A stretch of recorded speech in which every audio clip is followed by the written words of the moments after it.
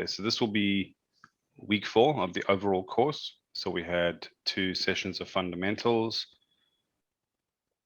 The first part of the classic Accepting Your Nature course was New Beginnings, then a deeper awareness, and now we're in part 3, which is fear and vulnerability.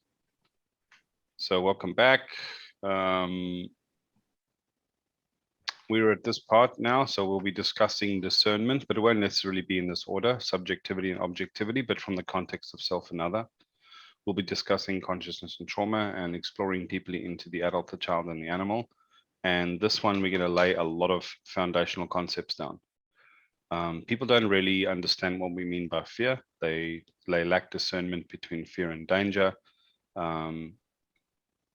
You know, there's a bit of confusion between fear and discomfort, and they apply the same sort of stress to all of them. So understanding the differences between all of that's going to make a big difference.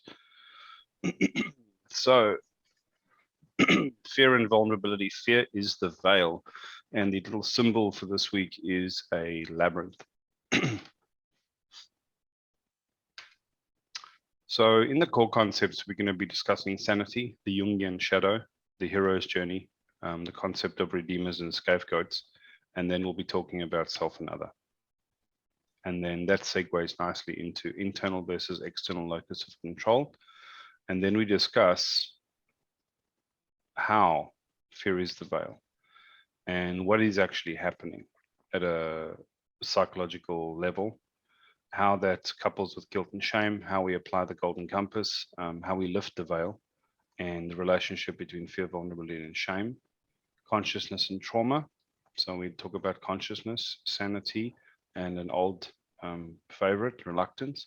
And we talk about a physiological pathway breakdown called the disconnection syndrome, where the prefrontal cortex and the amygdala are disconnected. We dive into the animal, the child, the monkey mind, and the adult. We discuss what it means to become the adult and what not to do when facing fear. That's a typo, so I've moved that into there. So this is facing fear, what not to do when facing fear, some practices, and then what the actual invitation that fear holds for actualization. Are you okay there, Nick? Then we go into something that I've put in here just for you guys. Usually I won't run through this. This will have to be a separate course or separate discussion. And this is actually a bit of a psychonautic exploration of self-discovery and understanding about the different flavors of suffering, different flavors of fear, of pain, of discomfort, and of disconnection. So the little intro poem is Pain, the gift we both at once run from and cower behind. As soon as we encounter pain, it's an alert for us to turn away, escape, run from it, look away. But also we use it as our shield, an excuse for all the things that we're not doing in our life and all the things we're not confronting. So we use it as a kind of defense mechanism as well. And your life awaits you. The entire world has always awaited your arrival, and it waits beyond the battlements of pain, just beyond the veil of fear. And one of the things we're most afraid of is pain, because that's the raw experience of it. Excuse me. So sanity is not an achieved state of mental health. Now that's key for the whole Accepting Your Nature course. People think that once you've done some course, that we are not saying. Well, like it's not the default. No, it's not, and it's a continuum. And sometimes you are more and less sane. Sometimes the same healing that you've done, you're going to have to go over that again and again and again until it lands. Sometimes things that you've let go, if the wound was deep, you're going to have to let it go many times. So sanity is not an achieved state of mental health. It's a constant practice. So the reason you have daily practices, the reason that you keep doing embodiment work for yourself, exercise, eating right, practicing meditation, is you've got to stay fit. Sanity is not an achieved state of mental health. It's a constant practice. And the losing of sanity is not the domain of the mad or the senile. It is the everyday predicament we fall into when in our anger or our wholesale attachment to the thoughts and feelings, we lose perspective and we suffer a kind of forgetfulness of what truly matters most. And this happens all the time in a moment. when we're communicating and we're feeling a little bit defensive, like you were about the WhatsApp call, the Zoom call, I was actually communicating with Maria in context. It was clear you already had the green light to take 5 minutes. You're in a very loving environment, but I think you were a bit busy, and so if it was a slightly different environment and we were all slightly less conscious people, that could easily have turned into conflict. And it's not because any of us are mad or senile or stupid or ignorant. It's just because we slide into these little moments of forgetfulness just instantly. All of us do. It's the reason that Dimple and I argue when we do argue. One of us has forgotten. And the other poem I wrote was, sanity is the way that the leaky cup of our minds attempts to hold in shape the chaos of life, as the subconscious spillings mingle with the tea leaves of our remembered self. So this is obviously about the experiencing versus remembered self. The fact that it's not like a clear, perfectly auditable, edited story. It's just what you can recall and remember on the day. And the chaos of life is this, like the phenomenon of reluctance, etc. You're constantly bombarded with being pulled in different directions, trying to comply, trying to acquiesce, trying to avoid, trying to, and just that, the belief that you're one thing that you're trying to hold inside of a cup, that act is sanity. And of course, the invitation there is stillness, because the more movement there is, the more you're going to spill your sanity. I might just close that door. Close the door.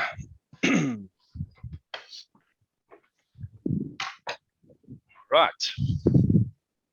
You're with me still. Okay. And obviously the related concepts here are perspective, awakening, Plato's cave, enlightenment, and predictive models. So this is all tied to this idea of sanity.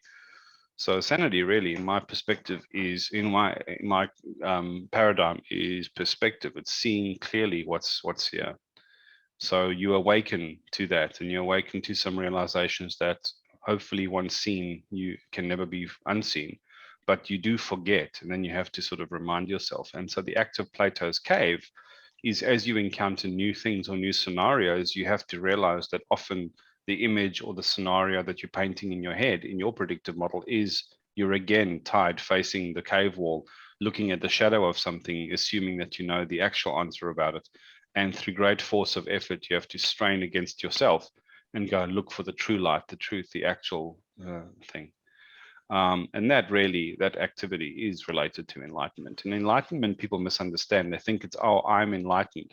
No, it's the act of enlightenment. I am shining the light of consciousness onto the world that I perceive around me and onto the relationship with myself that I'm perceiving. I'm enlightening it by shining the light of consciousness on it. And that is literally the act of facing fear. It's looking into the dark to make the shadow of the fog of war recede. Whatever you look at, whatever you explore, whatever you go into courageously to go and encounter the chaos, then you are enlightening it. And that obviously affects our predictive models as well. So the obvious relationship here is with the Jungian shadow. In analytic psychology, the shadow is an unconscious aspect of the personality, or it's an entirety of the unconscious. That is everything about us that we're not consciously aware of. So it's the unknown side of our personas, of our wants, our needs. So collectively, that's the animal, the child, the natural responses. And we fear the unknown. We fear what we do not understand. And so because we don't understand relationships beneath our own psychological waterline, we actually fear ourselves. And then we anthropomorphize our fears and we give them names like the devil or evil influences or bad vibes or somebody put a spell on me, or an incubus or a succubus, and we always make it some sort of dark, sticky, evil thing. And our inclination is to run away from it or cast it out or exercise it, or it's never to integrate and love it. And the work of Jungian shadow integration is literally just allowing all of these parts of your personality to speak from the shallower bits until you get used to the work, until quite the deep, unlovely bits. And further complicating this is the operating system of Christianity in modern culture gives us personifications of our misunderstood impulses. And so it becomes an other. In the same way that Jesus was an other that came outside to save us, the devil is an other that comes outside to tempt us. So it really breaks apart this paradigm. It creates further duality out of already unnecessarily dual experience. So it's yet a harder door to come through sometimes. The shadow is a living part. This is Jung's own quote. The shadow is a living part of the personality and therefore wants to live with it in some form. It cannot be argued out of existence or rationalized into harmlessness. And this is why all of these Christian preachers that are so anti-gay always come out as kiddie fiddlers, because what they do is they feel the feeling and then they project their vehemence externally. But sooner or later, the more you resist it, the more it persists. In fact, you embolden it, and then they succumb. So related to Jung's work is the hero's journey of Joseph Campbell. Now, full credit for this goes to Joseph Campbell. So we always live with the status quo. That's the avoidance, the I don't want to look at it, the I'm not ready, the I've got other shit going on, the this is fine by me. This is rather the devil I know than the devil I don't. These are my problems, but I'm used to them, sort of a thing. But when we get a call to adventure, we usually refuse the call. Then we meet a mentor. Now, that isn't always a person. Sometimes it's an ideal we encounter. Sometimes it's a hero in a movie that inspires us. Sometimes it's a documentary. Sometimes it's a something. And then when we cross the first threshold, we encounter tests, allies, enemies. So like that whole arc of it is the initiation piece. And then we approach this innermost cave. Now, the approaching the innermost cave, the key part is still the decision to go into it. So this is not you don't get dragged into a hero story. This is a self-impelled volition. And then the ordeal should be the bottom apex. But this is the way the dial was originally laid out. Then this is the dark night of the soul, sort of a thing. But then the reward, the seizing the sword, getting the prize, that you want to bring back, the insight, the forgiveness, the shedding, the whatever it is. And then the road back, the resurrection, because you would have had a kind of death over here and then a kind of rebirth. Because what's always happening on a psychedelic level, on a psychological work level, etc., is the world that you're inhabiting is a small world. You are small. And the call to action is really an invitation to a bigger world of more knowledge, more understanding, more consciousness, more attainment. And the small you cannot inhabit that world. So you have to die, really. The thing that you kill inside of here is a part of yourself, or a limitation in yourself, so that when you come back to the perspective of everybody in the ordinary world, you seem to be resurrected. And then you return with a triumphant return with an elixir or a prize or an insight or the thing that changes the fate of the village, the departure, the initiation, and the return. So one of the other core concepts is redeemers and scapegoats. So the redeemer, obviously, they're opposites of each other psychologically, and our reliance, if we don't have, if we're not self-propelled or self-impelled, if we're not the hero, if we're just a supplicant, we rely on either a redeemer or a scapegoat. So the redeemer is a personal thing which compensates for the faults of bad aspects of another, or gains or regains possession of something in exchange for a payment of debt. So I'll give my life to Jesus and make him my one true God, but then he takes away all my sins, and through him I can come to this higher place. So I can put the effort of redemption into the hands of something else outside of me, and it's on them, and they have to be good. I just have to follow the leader. And conversely, a scapegoat is a thing which is blamed for the wrongdoings, either usually of a lot of people. And the Redeemer, even though it's a personal welcome and a personal redemption, it works because of consensus. Because everyone says, no, this is the guy. He said he'll do it for all of us. Okay, great. And the scapegoat is also, usually somebody has an individual scapegoat, like in a marriage. My ex scapegoated me and then scapegoated me to everybody else because she couldn't face her own shame. But to sit and take and then match, oh, you see, he did this. Now that's proof of that. It was just the psychological game of pinning the tail onto the donkey. And for reasons of expediency, that means I don't have to work through my own shit. I can just personify it onto something and then drive them out. But it always requires banishment. This is so interesting because Christianity, Jesus is the redeemer and the devil is the scapegoat, right? In some aspects, yes, he definitely is. He's a scapegoat. It's almost like Christianity was engineered in a lab to fuck with people's minds, to literally like hijack all the worst. Remember, it was created by the Romans, who didn't want the Jews to have independent thought, didn't want them to have a Messiah. And they also wanted to create cohesion in the Middle East with all the religious fractions. So they basically took the story of Elijah or Joshua, and then superimposed this character of Jesus that had exactly the same story arc, but just imposed it into modern day Nazareth and Galilee and all the rest of it. And then Vespasian's son, Titus, literally entered Galilee, all the things that he actually did, the places that he went to. They retconned Jesus's story to follow Titus's actual journey, so that there was a conflation of, oh, this is that character, this is the acts that they did, and this echoes back from Joshua's story arc, and they just did a fucking mind job on people. And so basically, it echoed the conscious evolution of the human race at that time, and that was very much a feudal lord peasant kind of arrangement. Therefore, the religion had to echo that.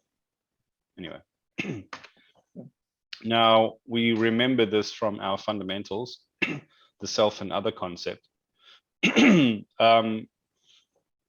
this thing, the redeemer and the scapegoat would be on the other side of the equal sign. But remembering now that the single dot actually is an infinity, and the infinity is made up of an infinite number of single dots. So there is a kind of logical parity between these two relationships. So now we're segueing into power and permission. I say that where we get our power from is where we get our permission from. So thinking about self and other for a moment, there is this is not a perfect diagram. This is a work in progress. It's a philosophical thought experiment by me. And I'm trying to understand what constitutes success or a happy life or actualization. And it's actualization in the context of other. So I want safety so I can not be harmed. I want freedom so I can explore my world and make my choices. I want power so I can exercise my choices. And I want purpose, which is the compass point that I'm following that I choose. Now, in a relationship or in a society, for example, I'm expecting other or external factors to contribute to my freedom and my safety. Now, in a dysfunctional relationship, people are expecting power to be broken or purpose to be granted by the other. But if that doesn't come from self, it's a dysfunctional relationship. So the whole point of actualization means I get to define my purpose and I get to express my power. Nobody gives me this. Nobody grants me power. It has to come from myself, from internal, and my purpose has to come from myself. But my freedom and my safety have to be a collaboration with others. This is how society becomes cohesive, and this is how society advances. By putting your power into your purpose and using your power to ensure other people's safeties and freedoms. And that has to become part of your purpose, ensuring other people's safety and freedom. And if you have power and safety, but nothing else, it's just confidence. If you have power and freedom, you get control and permission, but that doesn't grant you safety and purpose. If you have safety and purpose, you feel of use and you have dependence, but you don't necessarily get anything else. If you have freedom and purpose, that's what authenticity is, but you don't necessarily have safety and power. So I'm still busy working this all out, but there's a sense to it. Purpose is your calling, power is your desire, your will to, in Nietzsche's terms. Will to power, yeah. Which segues into this. Now we're talking about internal versus external locus of control. In an internal locus of control, the assumption of the origin of intentionality is this person. In an external locus of control, the assumption of the origin of intentionality or causality is external. Comes from the outside towards me. The assumption of responsibility and blame then is the things that are outside me. And the assumption of responsibility and blame, I take responsibility and blame for my life in an internal locus of control. The language here that started the negative side is things happen to me. Something or someone else is the cause. Therefore, someone else is the blame. I trust in luck, fate, religion, astrology, or powers. Something other than me is responsible for my growth and my well-being. On this side, internal locus of control, I have a mindset or a stance towards life that says things happen, they can affect me. What can I do to manage this or manage myself? There are always causes. What can I affect? What can I control? I choose my mindset. I am responsible for my growth and my well-being. Now, what would you say to the scapegoat and the redeemer only relate to this side? Yeah. External. What would you say to the suggestion that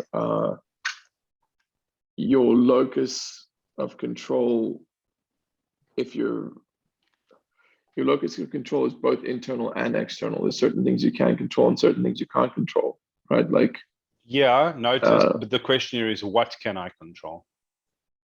Sure, because I trust in luck, right?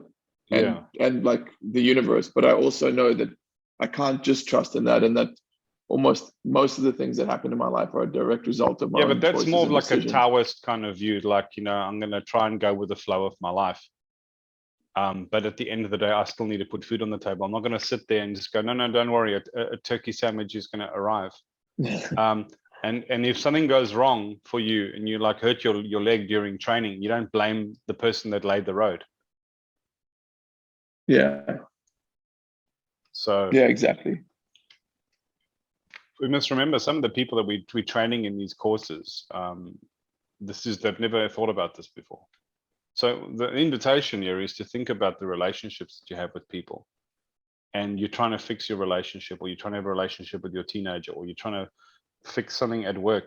If that other person that you're trying to fix it with has an external locus of control, they just do not see themselves ever. It's not in their interest. It's not in their habit. It's not in their thinking. It's not in any part of their move to sanity or protection or safety. It's not in any part of their paradigm to sit and take responsibility for their power or their purpose. If they feel disempowered, they blame you. If they feel bored and they lack purpose, they blame you.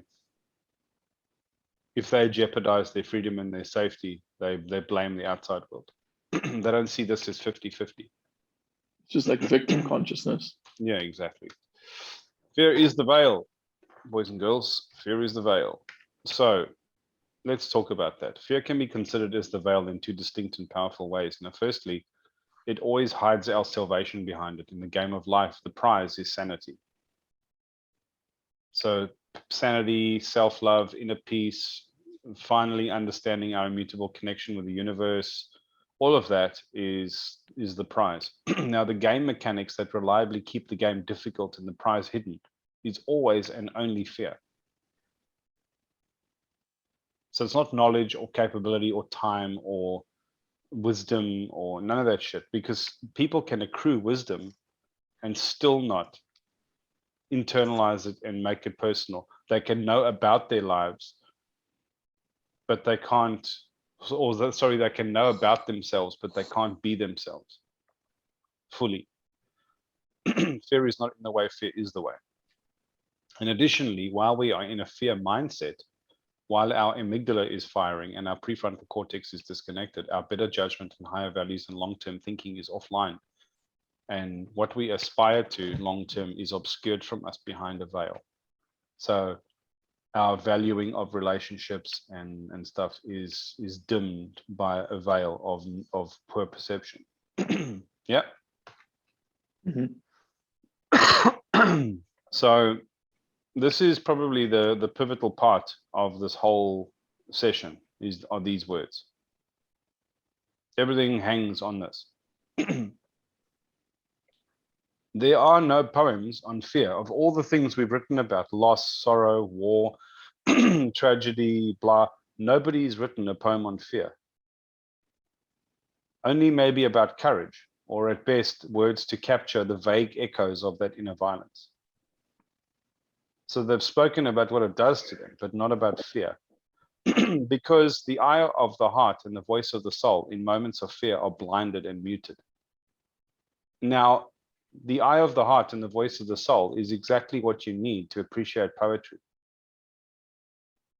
The metaphor is what allows you to connect normal everyday words to something which is far beyond us and deep inside of us.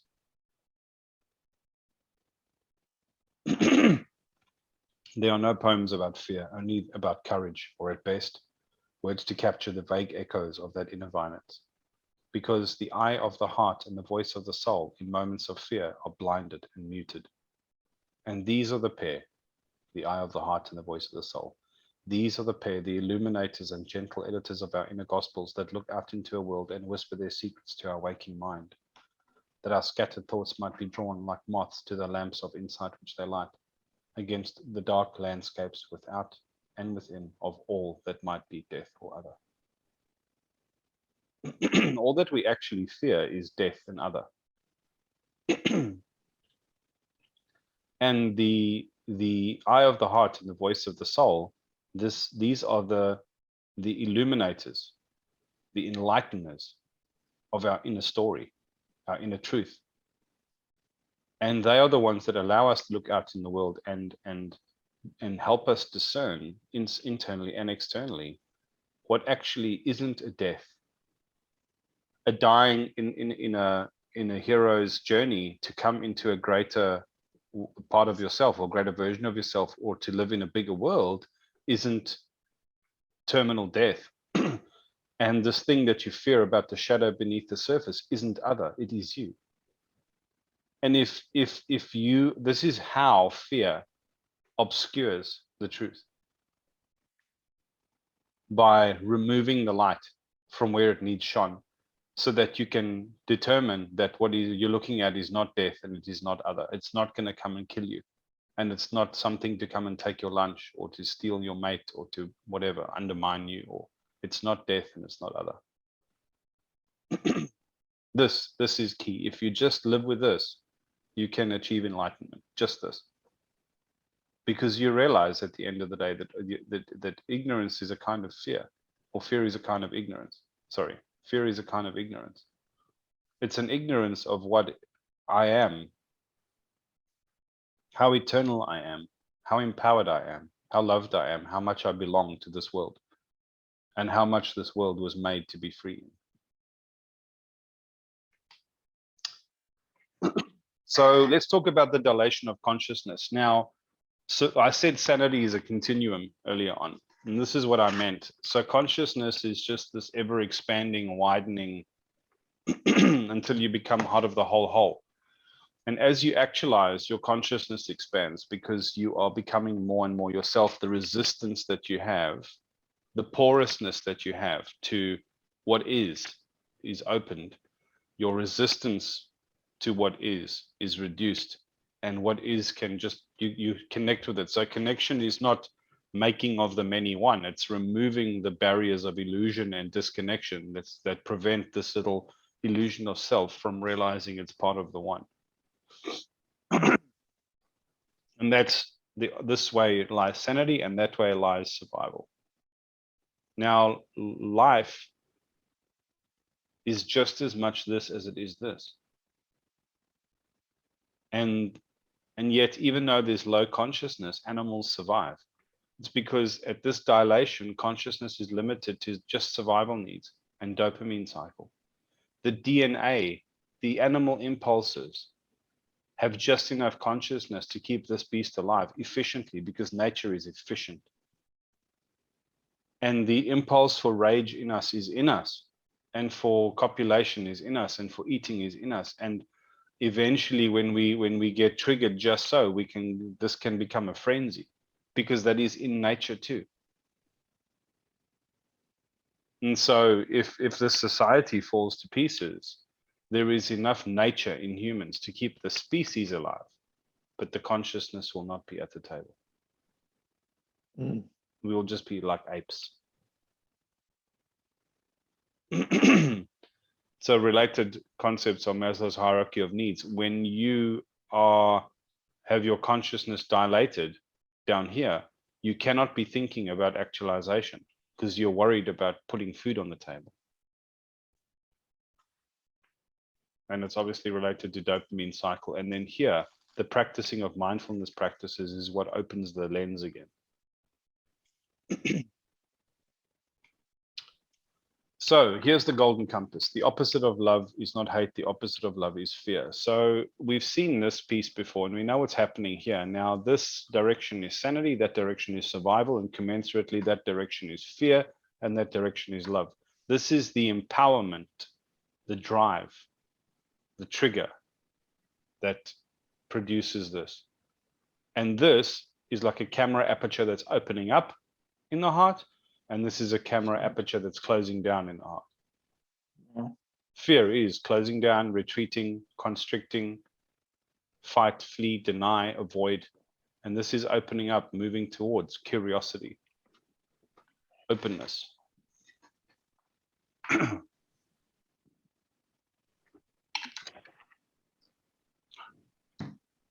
You happy with that? Absolutely. Beautiful. So related concepts of what does love look like right now, because you always find yourself at this point, and then you have to choose and then head that way. And you always look at the two options and go, which of this option? What does love look like right now? Now, which of those two options makes me want to close down, retreat, or which one of those options feel like retreating and closing down? And which one of them feel more expansive? Which one of them are aligned with curiosity and warmth and openness? And so that's a constantly repeated question. And when you have amygdala hijack, you just get ripped down into here because you were triggered. And then the animal monkey mind, the lizard brain is just going berserk. So the monkey mind is not the lizard brain. The monkey mind is the problem solving, chattering self. The amygdala is the lizard brain, just part of that, which is very primitive, just concerned with pure survival. Just this.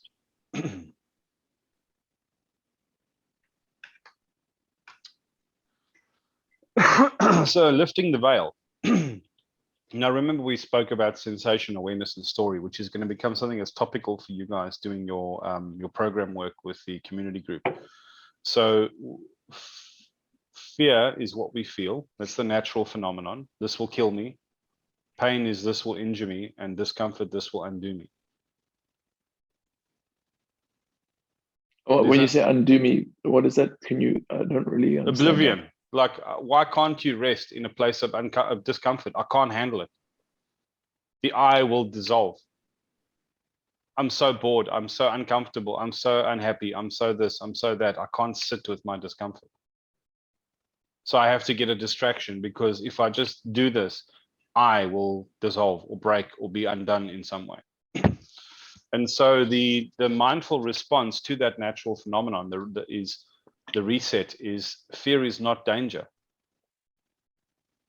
Now you must discern, am I encountering something that is danger, or is it just the story of danger? Like I'm feeling a feeling here. But which one was this? Is this fear or is this danger? Oh shit, there's actual danger here. All right, well, respond accordingly. And you have to shine a lot of consciousness into the problem to do it. Your natural impulse is counterintuitive. It treats everything like danger. And it says, fuck it, I'd rather make the wrong choice here than stick around to figure out what the right choice is. But we're not talking about tigers in the savannah here. We're talking about somebody mentioning something that makes us embarrassed in a group. And that's just fear, not danger. There was a bit of pain. There was no injury. It's uncomfortable. It won't undo you. If your gravitas and your personality has any worth whatsoever, one joke at your expense is not going to undo you or your reputation. So this is where discernment is applied. This is the key, is discernment. One word here, one word above everything else of all this course, all the accepting your nature, everything is discernment. How do I discern what true gratitude is? How do I discern how to be playful in this moment? How do I discern what my purpose and my power is so that I can actualize? How do I discern the difference between fear and danger? How do I discern when to actualize, when to integrate? How do I discern the difference between discomfort and unbearability?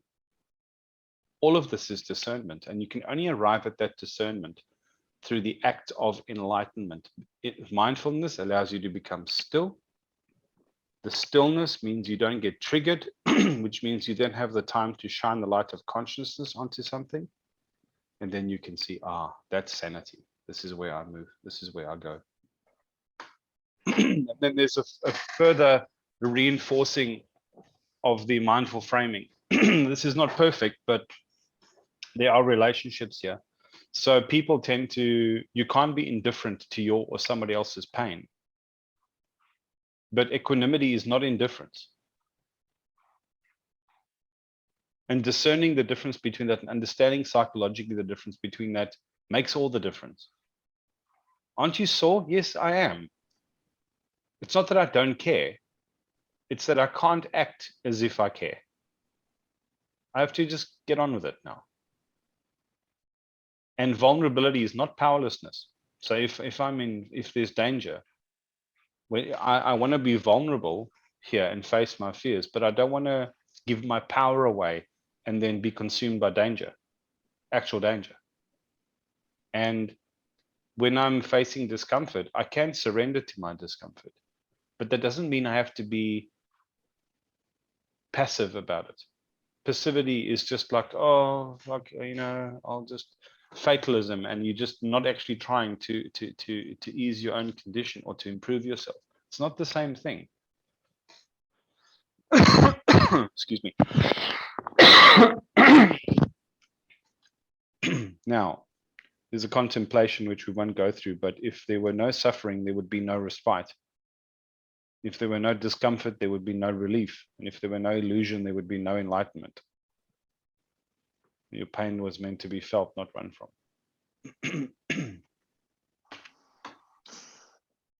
So fear and vulnerability and shame, it's almost impossible to discuss fear without mentioning vulnerability. We don't want to leave that off the table. It comes from the word vulnare from Latin, which really means a wound or an opening.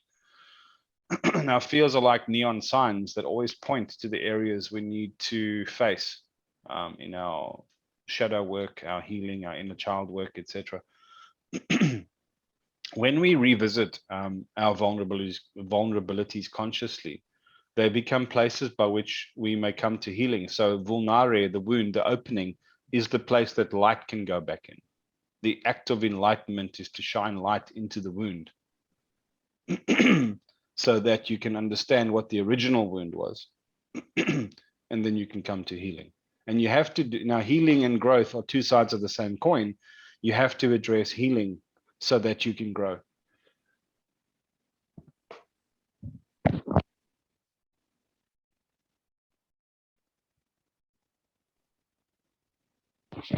The quality of healing is a prerequisite. we need to address before we can begin to actualize or transcend. And yeah, it's helpful to think of the act of actualization as like your ship is in the water. Remember the leaky boat and the 4 buckets? You're trying to go down the river and you're trying to crush it, but you can't do that if your hull is leaking, if your mast is broken, if your sail is torn. And actualization is when healing is when all the parts of the boat are repaired and you're bailing water and the hull is watertight, you're not taking on water, and then you can fully raise the sail, fully. So even if strong winds come, they won't break the mast. The self-discovery. That's really good metaphor. Yeah, that's Scott Barry Kaufman's metaphor of actualization. The self-discovery we can come to by facing shadow, the choice to courage, the way we lead the child within by the door of voluntary vulnerability. Facing discomfort, chosen discomforts. Voluntary vulnerability, to come to the place of great healing, can only be exactly this way because all of our first wounds arrived in the only place they could arrive, which was the utmost helpless vulnerability of childhood. Now, Maria, some of your wounds arrived when you were technically an adult, but psychologically you were completely still a child. The wound came from the surprise, the unmanaged expectations, the absolute shock from a place of naivety, not a place of youth. And the act of choosing to lift ourselves from the floor, to keep striving, means that strength is a decision. It's not some innate well of power that only some have a measure of behind their fortress. It's just a decision that says, I will try again. And those are the strongest people you know. I will try again. But this time, I will do it with discernment. Because then I'm not betraying the animal or the child. Our vulnerability is like a gloved hand that rips at the thatch of weeds to pry them indelicately from the crutches of soil where they have taken root, tangled amongst the many promises you hold yourself to make space for your hopes and dreams to break into the sunlight, to bud and finally flower into the still and unexpected beauty that you never need earn. Vulnerability is difficult because it's always like Velcro. There is no way to be vulnerable and not to actually put yourself in line for brushing up against a wound. As you pull the weeds loose, the plants that you want there, the promises that you held yourself to, are the little plants that you wanted there. The trellis work that the weeds have all vined and pulled up, everything gets loosened and pulled up, and it feels like everything's in disarray. And that order that you had established, the little flowers that you didn't want damaged, they get unsettled. You have to replant them after you pull up the tangle of weeds, this thatch of like interwoven mess. There's no delicate way to do this. It's just, you've got to like rip the band-aid off sometimes. You've got to, like your latest podcast, Nick, with the talking about your own shames and things. You just got to barrel in there. There's no light way to do it. You can do it discerningly and with love, but you can't avoid cracking the fig open. Anyway, this is where the party starts. So we learned about the chakras, and there's the old mate with his 7 centers of consciousness, and the heart right in the middle, the inflection point. Now, if we think about that dilation of consciousness from the previous slide, it's also a funnel. That consciousness is exponential, and it just gets bigger and bigger and bigger and bigger and bigger. And then you can see where it dilates. If you awaken your upper chakras, you have more consciousness, except consciousness of what's happening below the surface. And you know you can't skip a step. But the locus of man, the engineering of the human experience is like this. From above the inflection point, the call is towards the divine. From below the inflection point, the call is towards nature. And the human condition is this irreconciled fluctuation of demands, of reluctance, of the interplay between them. And right at the nexus point is the heart. In the fold. And you can see there's a relationship, obviously, between those two now. And you can see the purple upward arrow. Everything here arcs towards the divine, and everything down here arcs towards nature.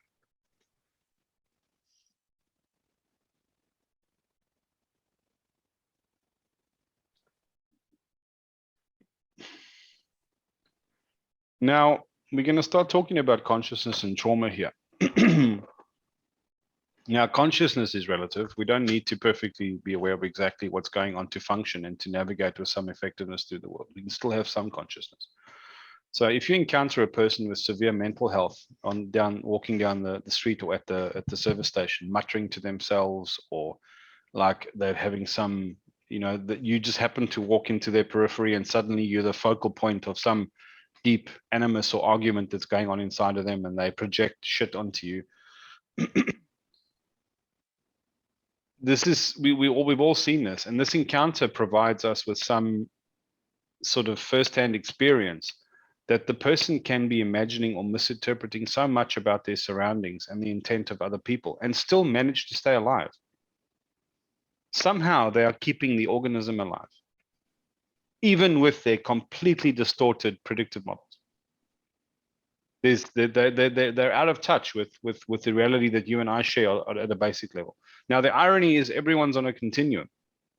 And you will have conversations today with people that they're not quite that muttering cat lady at the service station, but there's a lot of shit going on underneath the surface. You can see it in them. People that have a conversation with you that aren't in the conversation. They're making noises as if they're in the conversation, but you can't really connect with them. There's no depth there, or they're distracted or agitated, or this is everyone. And so we happen to have a default that's up here, and they have a default that's just at that waterline over there. Mm-hmm. But in a moment of triggering, if you don't know what your triggers are and how to tell the difference between fear and danger, pain and injury, and discomfort and unbearability, you're struggling there, Nick. No, I'm good. If you don't know how to discern the two, that you're more susceptible to your triggers, because you will believe the story that says this is danger, this is injury, this is I'm about to be undone here. And so trauma, therefore, is completely relative and totally subjective as well. Now, trauma doesn't work like earthquake, like this is a 7 and this is an 8 on the Richter scale. You can actually tell by the oscillation and the physical release that this was a 7 and this was a 5. But trauma, one person can receive a graze against the wall and the other one can receive a deep cut with a knife, but to them that shock was felt exactly the same.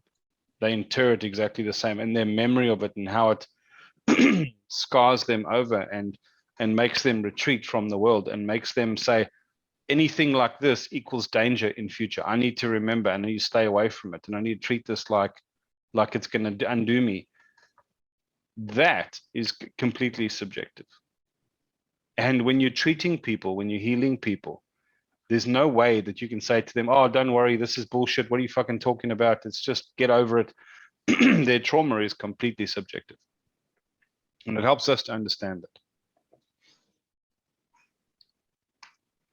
So very quickly, we don't have to talk much about this, but there is a pathway interrupt called the disconnection syndrome. So the pathway that exists between the prefrontal cortex and the amygdala in the brain. Amygdala is concerned with short-term perspective, instant gratification, self-preoccupation. It treats other as threat. And this is what happens when you have amygdala hijack. The prefrontal cortex is the part that moderates against the amygdala for long-term perspective, consequentialist trade-off, considering or valuing of other.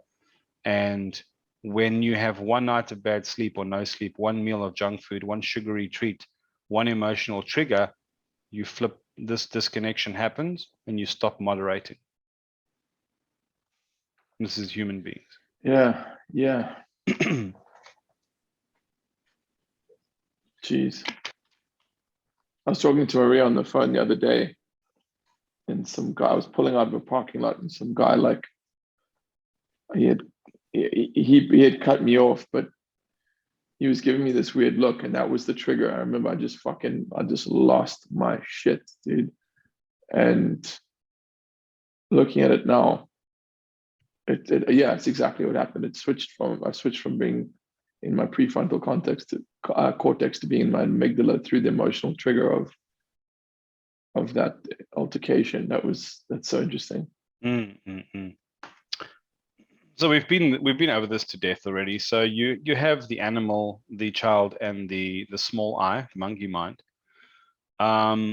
Monkey mind is concerned with problem solving, interpreting signals, illusion of self, and word processing of the story. But the child is the one that creates the biography of the story and persists the biography of the story. It's the one that responds to triggers, concocts them, or feels the emotions, sits with the feelings. But those feelings and triggers come from the animal needs, the needs for reproduction, the needs for sustenance, the needs for their needs to be met. And the trauma always gets interpreted as death or other, or pain or injury. And the responses of the animal are that of anger, of selfishness, of violence, etc. So I've got a whole podcast episode on this. I'm not going to do this to death. Nick and I have spoken about this on his podcast, on my podcast. You guys understand this already. These are just natural persona inside of us that we need to. So if you're trying to do Jungian shadow work, you need to split it up like this a little bit. This just helps. So our bodies, brains, nervous systems, results of evolutionary drives. I'm just going to summarize it. The key part here is we're trained evolutionarily to run from perceived danger rather than sticking out to qualify the level of danger, to fight off an adversary rather than to wait around and see what their actual intentions were, or let them steal your lunch. You take action here. And that's because you're preempting the needs of the motivational triad. But what this means now is that when one of these fear, pain, discomfort triggers is fired, the emotional aspect of our consciousness, the child, will turn to the adult. If the adult is not in the room, will turn to the animal. If the adult is not in the room, if the adult cannot discern between fear and danger, between pain and injury, or between discomfort and pending death, the adult fundamentally believes the alarm signals from the fear center in the brain, the amygdala, and thereby outsources the reasoning and appropriate response to the animal. The child will turn to the adult, but if the adult doesn't have a mature response, then everything gets relegated or delegated to the animal. If we do not process our fears and apply consciousness and mindful awareness, we relegate our conscious experiences and responses to our animal nature. And this goes all the way back to this. And I've just seen now, I didn't do the page numbers properly. They're all pear-shaped. Sorry, that was my bad. When we don't accept our natures, we judge ourselves for not being able to conform to the expectations of self we have been conditioned with from childhood. This is where it tiles now into the silver questions. Education, relationships, and we reliably ignore the emotional needs and the pleas of the child. When the adult will not listen to the child turns to the animal. So becoming the adult then is, that picture really says it all. So the mind has got the lotus leaf in it, which is serenity and stillness. It's the act of self-acceptance, self-parenting, self-knowledge, self-awareness. You cannot actualize without becoming the adult. Actualizing without becoming the adult is a kind of ambition or heroics. It's following the story or the questions of somebody else. I'm going to become the best boxer in the world. I'm going to like Conor McGregor. Conor McGregor is still a child. Absolutely. Even though he is successful on many respects. He doesn't have impulse control. He doesn't, there's no good rationality. He's constantly talking shit. That is not the act of an adult. It just isn't. There's no self-awareness. There's clearly no self-acceptance. He has to constantly validate himself by walking strangely through the ring. That's just very, very bizarre. Very childlike. Go on, Nick, go splash some cold water on your face. I'm okay now, bro. I'm good. It's the ultradian rhythm. Finally got you. Well, I'm going to take a 2-minute break, so you do you.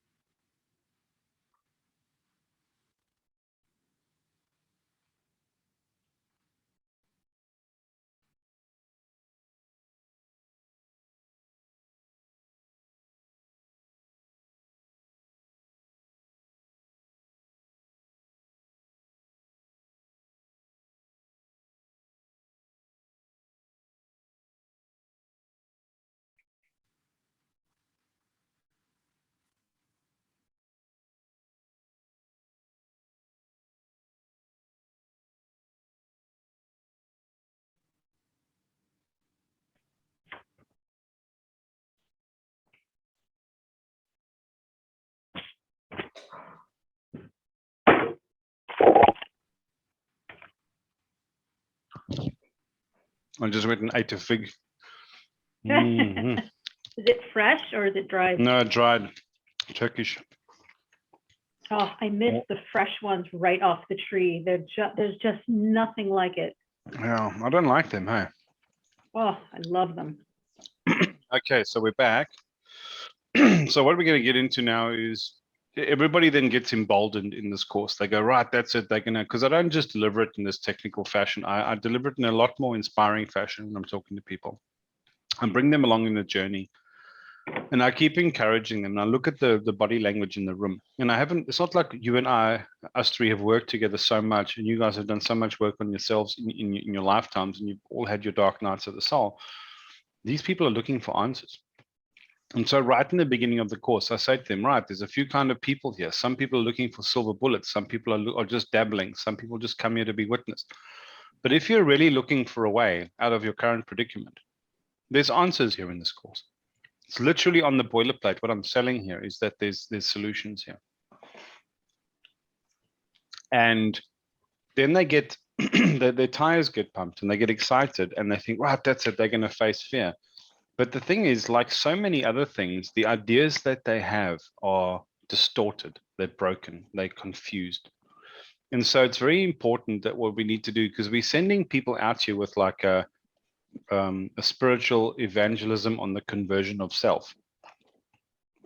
They're going to now go proselyte to themselves and convert themselves, and like they're gonna get there.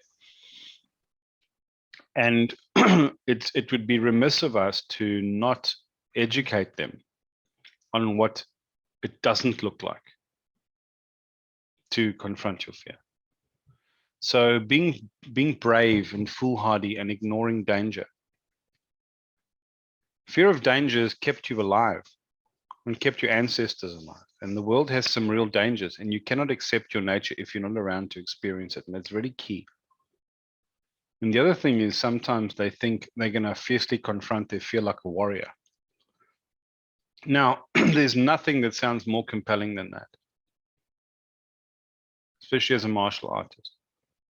The irony is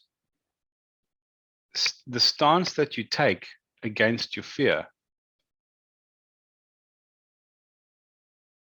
can be exactly the thing that gives it power and legitimacy. Because why would you take this bracing warrior stance against something that is a veil? And now it gets a sense of realism. And where does that power of that realism come from? You're on mute. From the stance. Purely from yourself. You are the one empowering that.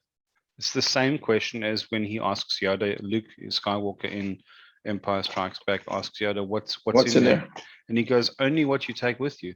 And then he ends up fighting a version of Darth Vader. When the mask falls off, it's his own face. He was the one empowering that.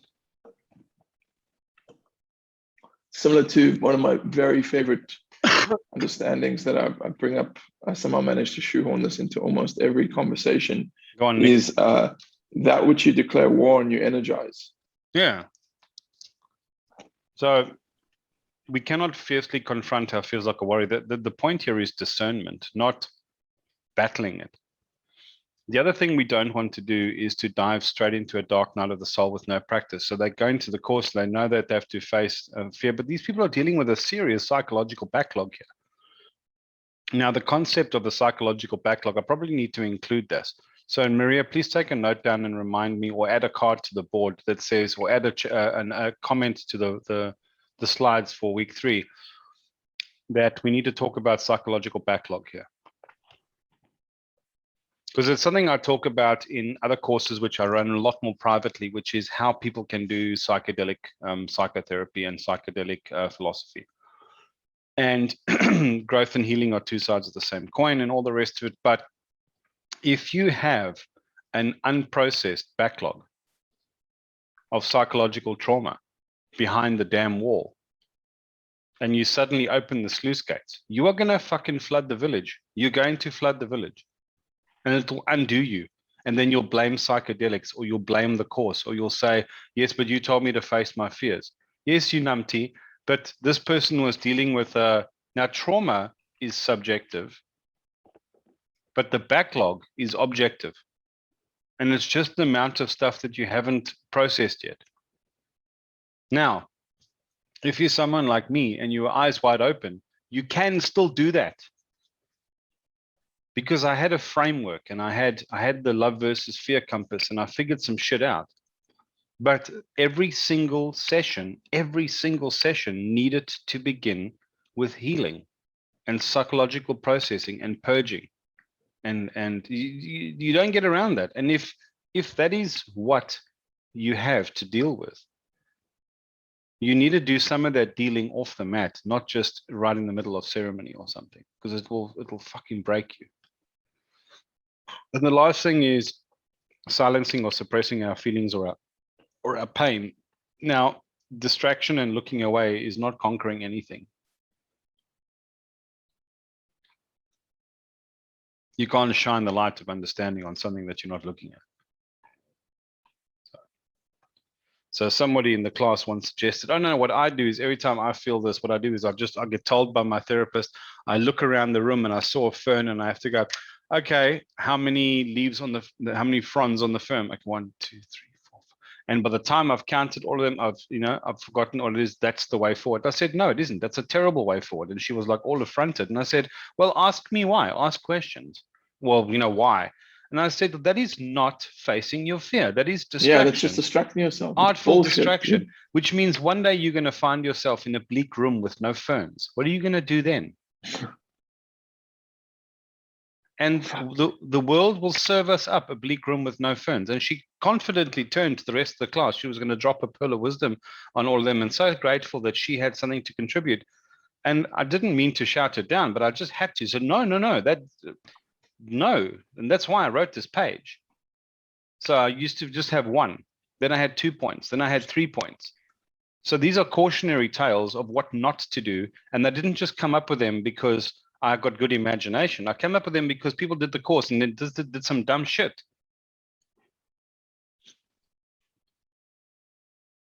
So And I have to also, in that note, Maria, I have to fix the page numbers. It's a shocker. I already let the team down this week, sorry. Everything's page 12. Now we're on page 7.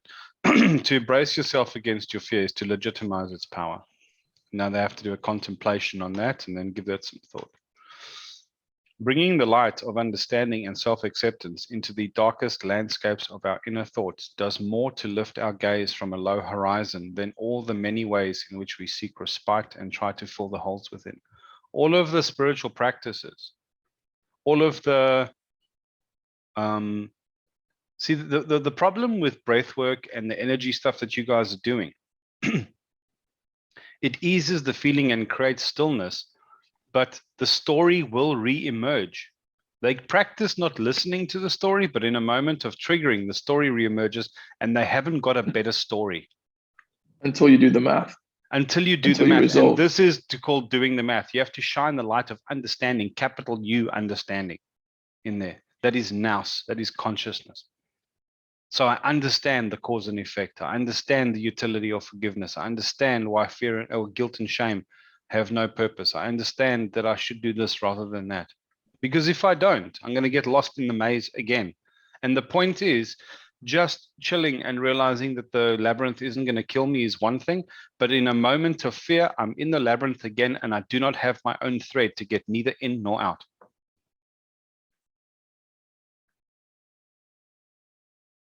And if we want to win this, if we want to actualize, it's not just this is why I chose this path, because at the end of the day, I'm not my body. I'm in my body. And yes, you guys are right. You have to do the mindful work. You have to control the energy impulses. You have to have better responses. You have to have practices for these things. And I'm keen to up my game around that. But you could put me in the fucking body of Jabba the Hutt and I would find my way back. Because of understanding.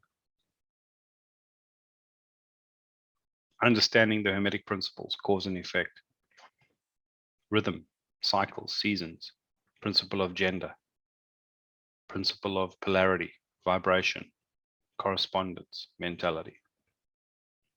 That is what gets us there. And at the end of the day, the body dynamics and the energy signatures, etc.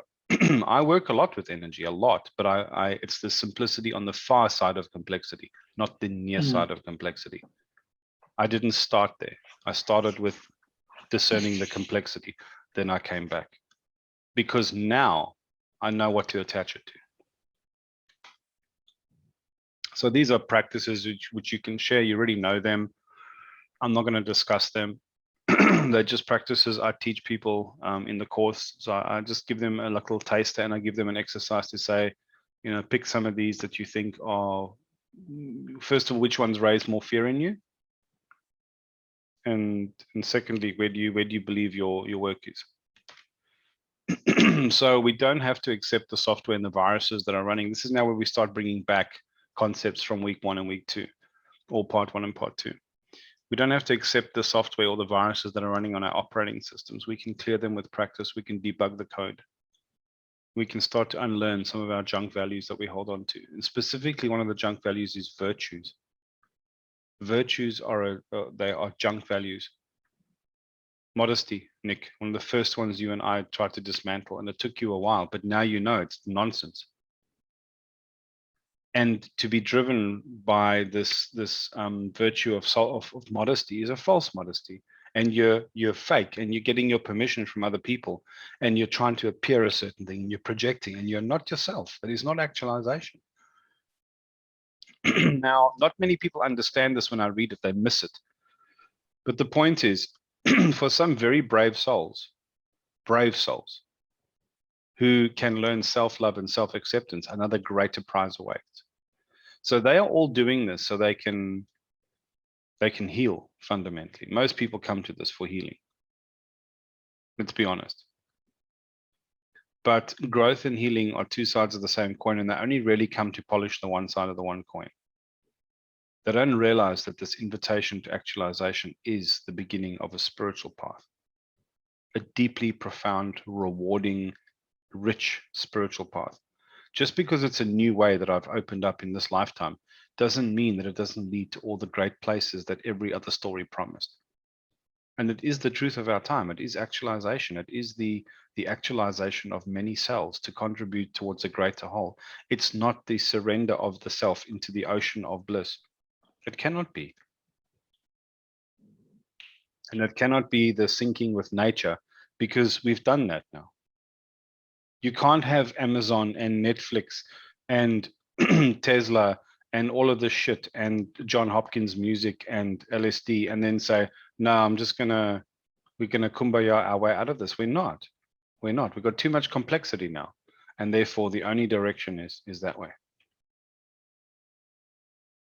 So you can upgrade your operating system. You can live an awakened life and start engaging with the universe with your eyes open. With Nous, you can start for the first time in your life to exercise actual free will. Actual free will. And free will is when you stop in a moment and you realize what your impulse was, and then you consider, and then you realize that the other impulse is also an impulse.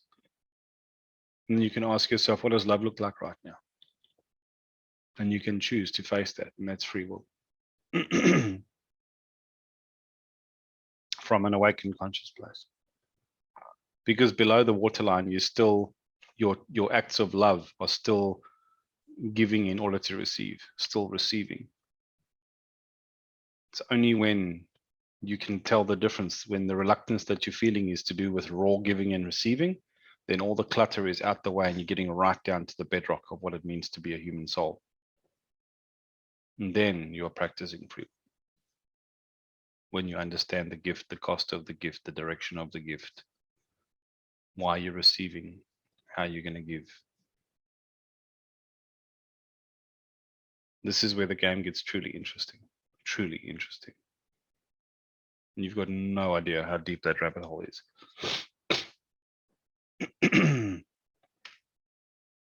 So this is a bit that I chuck in. So discernment and the deep work of conscious processing. So this is code language for psychedelic psychotherapy or psychedelic self-inquiry. This is not psychedelic psychotherapy. This is not healing. This is understanding, capital U understanding. This is working with Nous. This is discernment, where before the discernment was love, fear, or fear, danger. Now we're going really granular, really like little mini cards. Like this whole section over here was fear. Now we're breaking it up into little bits. So let's just start with some very simple pieces. So close your eyes for a second. Just relax. And if I say pain, wounding, the act of wounding or being wounded, that first breaking through is not the same as the pain that follows.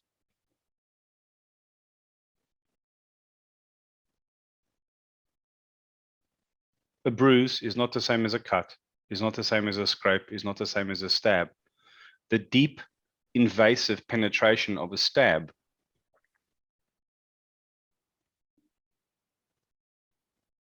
tears at the terror of your mind and the feeling of being violated more than a cut does. Agony is a flavor of pain. Wounding is a flavor of pain. Insult is a flavor of injury. They are not the same things. They psychologically feel different. There is a different place in our consciousness to understand and process and categorize insult. Similarly, keep your eyes closed. Think about fear for a moment. Terror, sheer terror, is not the same as paranoia, is not the same as despair, is not the same as anxiety. There are many fears: fear of being out of step, fear of loss, fear of hunger, fear of boredom, fear of pain, fear of pain, fear of ceasing, Desperation is a kind of fear. It's a fear of being unrequited, unsatisfied. And here's the really, really fucking weird piece. Part of pleasure is the shame. Part of pleasure is the shame.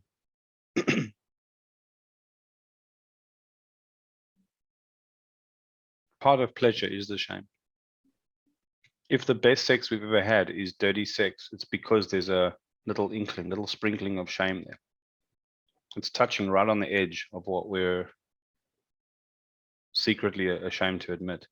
If our best sex we've ever had is through very, very deep connection, we are basically admitting that we're only made whole by another.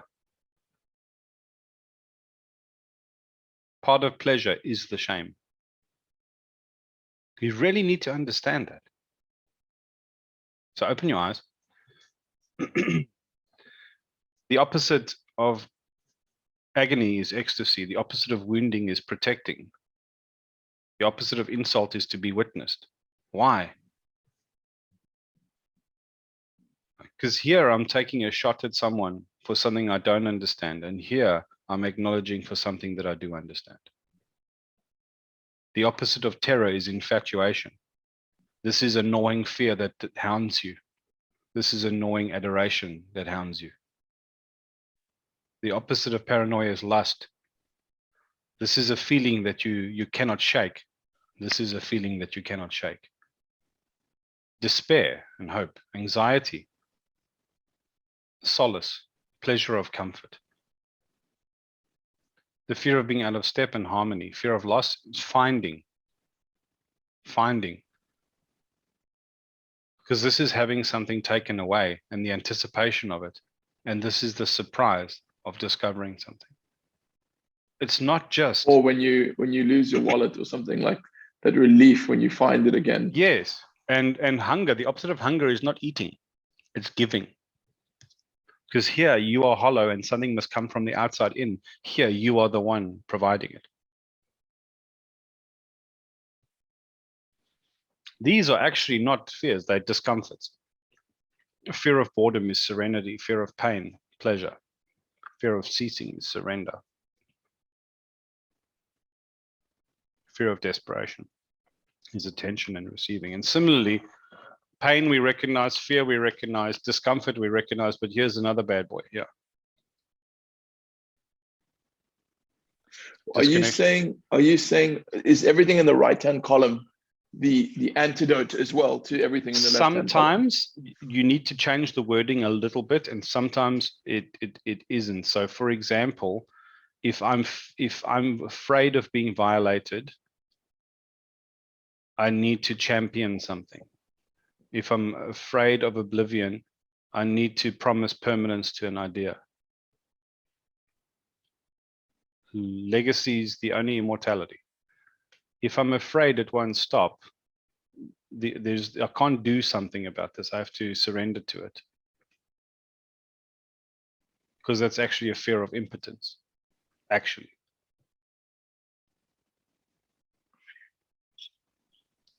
Fear of boredom, contentment, and serenity. That's not the action. The action is, again, surrender here. Because this is actually fear that it won't stop, which is a fear of powerlessness. Or underneath here is a story that says, you know, I'm going to be undone by this.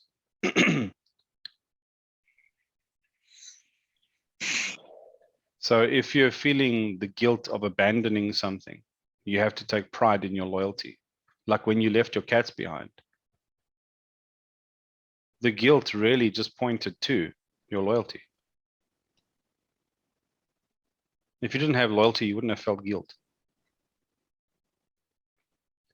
The fear of being unwitnessed and being unwitnessed are not the same thing.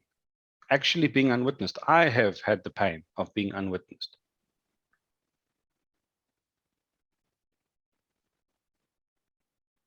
So if you fear being outside, you have to provide shelter.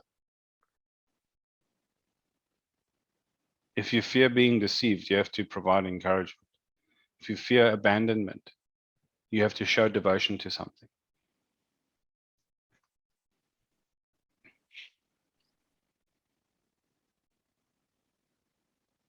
It's not always clear cut.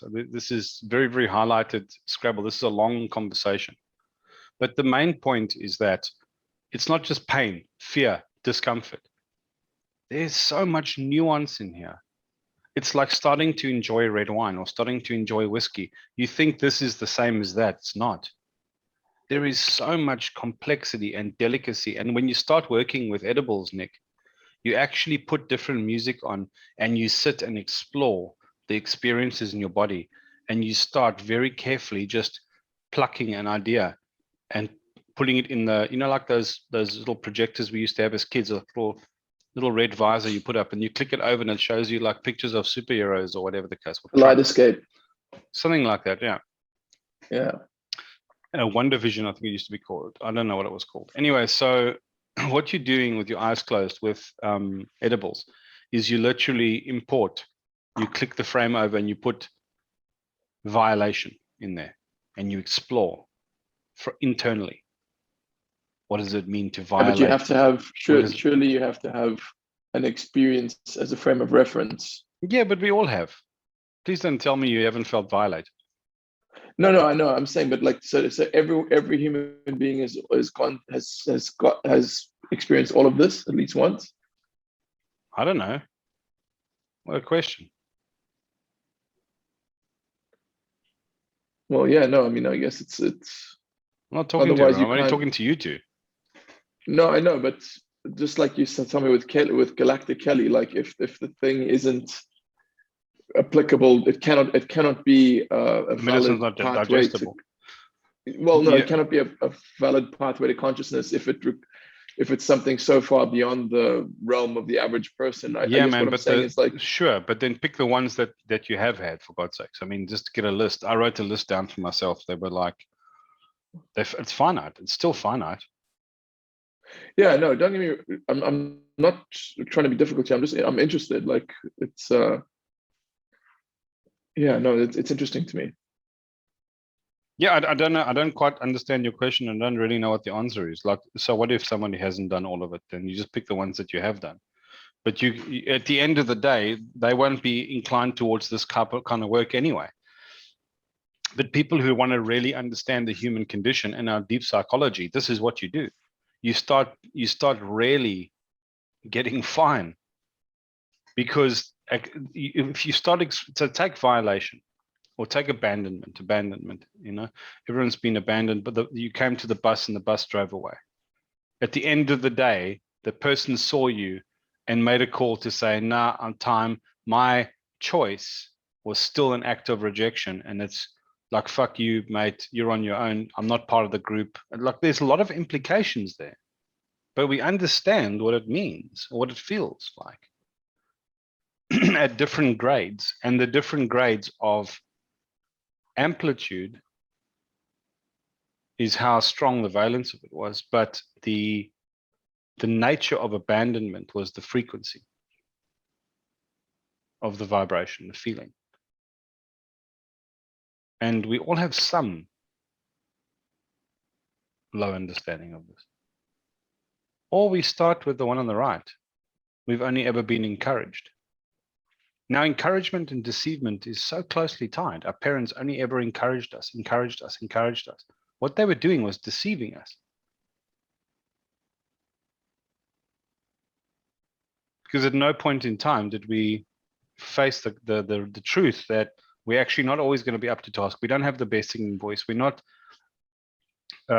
daddy's little champion or princess. We're not going to be the best I'm not the handsomest boy as it happened. These things are so closely tied.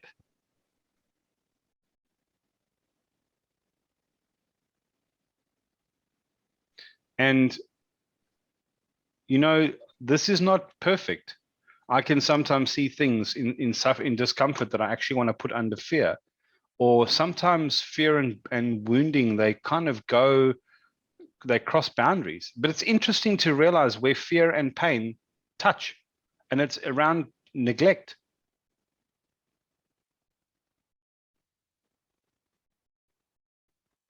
And sometimes abandonment, there is a pain there, but you also have a fear of abandonment. But that actually is to do with disconnection. Now, it just shows you the relationship. I don't know what the answer to all these things are. I know some of the answers, but these are the questions you should be asking. Because understanding this is how I can so rapidly diagnose a client in seconds. Just as soon as they start speaking, I just pick up the tells and I immediately like ask a few leading questions, boom, straight in there, like a fucking razor. And that's how. Because I took the time over many nights to sit and savor, mark my words, savor the flavors of pain and fear and discomfort. So I truly understand them from the inside. I've lived that experience. I've found an experience like that. I put myself in these situations, and edibles will help you. They'll give you the whole thing, and then you transmute that. You learn how to transmute all of this into its opposite. Into the joy of ecstasy, the joy of protecting, the joy of being witnessed, the joy of giving hope when you feel despair. So I felt despair because I know there was danger in the world. So part of my answer has to be giving hope. Part of my act of encouraging the world is to show them that they're being deceived or deceiving themselves.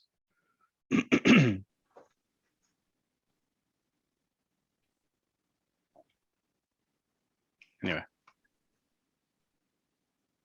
Fear is the only weakness, love the only strength. All else is simply nature.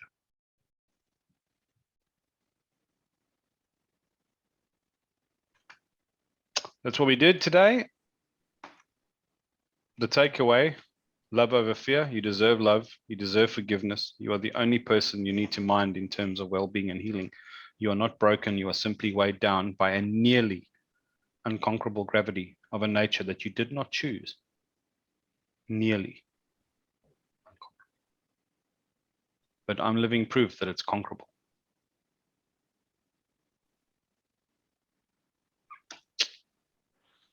That's my lovely friends. And next time we're going to do Sometimes Doing, Sometimes Being, where we bring this all together